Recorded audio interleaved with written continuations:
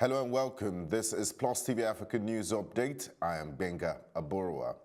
Once again, alleged Fulani herdsmen have attacked villages in Benue State, killing 9 people and leaving several others wounded in Guma and Logo local government areas.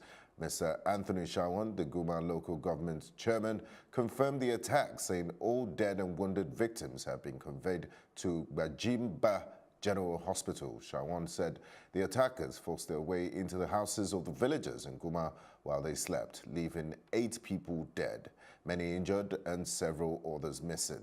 2 of the victims were students who came to the community for the National Examination Council exam. He added that as the attackers left, they assaulted people they met on the way, leaving 1 more dead.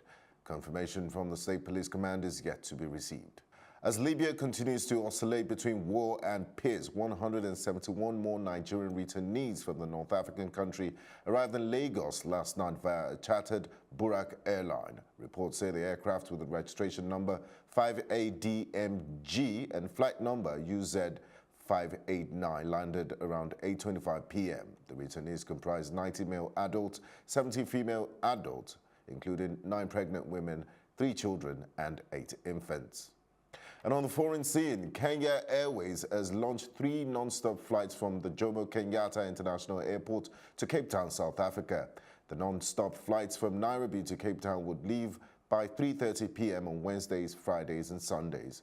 The launch would not only help Kenya assert itself and create a strong business presence in South Africa, it would also enhance connectivity across Africa while expanding opportunities for tourism, trade and investment. While speaking to reporters, Kenya Airways Chief Commercial Officer Vincent Costa expressed Kenya's pride in increasing its frequency to South Africa, which by extension means catering to the needs of the ever-growing customers traveling between Nairobi and Cape Town.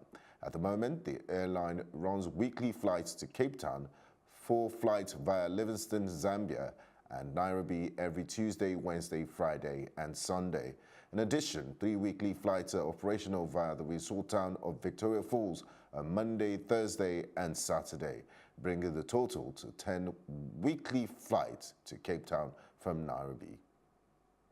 Ukrainian Finance Minister Oleksandr Daniluk said on Wednesday that he was given an ultimatum regarding his role as finance minister. Daniluk was asked to choose between supporting a scheme that gives cash handouts to lawmakers or immediately quit his post. The finance minister made this known after he and the Ukrainian prime minister had a row over the issue. Although parliament has not yet voted on this matter, the scheme is intended to redistribute money to projects of lawmakers. For Daniluk, it describes this as political corruption, otherwise known as buckwheat. Buckwheat is the act of bribing voters with food during election campaigns.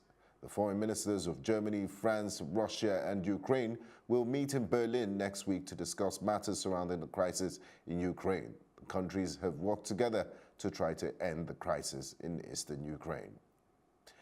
And in business, the Nigerian Bureau of Statistics says Nigeria recorded a 19.74% growth in merchant trade for the first quarter of 2018.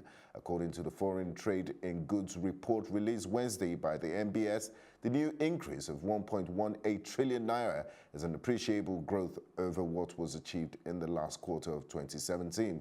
In Q4 17, Nigeria recorded 6.02 trillion naira and recorded 5.33 trillion naira in Q1 17, while Q1 18 recorded a high merchant trade of 7.21 trillion naira. The report, however, attributed much of the growth to an increase in exportation in Nigeria. An increase in exports is expected to raise more job opportunities, hence improving the standard of living of the people and possibilities in the industrial expansion. In entertainment, actor and singer Tyrese Gibson has been sued by credit card company American Express, which he allegedly owes an unpaid balance of $61,100 just yesterday. News broke that Tyrese was seeking primary custody of his daughter, who's just 10 years old, in order to raise her in Atlanta alongside his newborn baby, who's due to be born in September.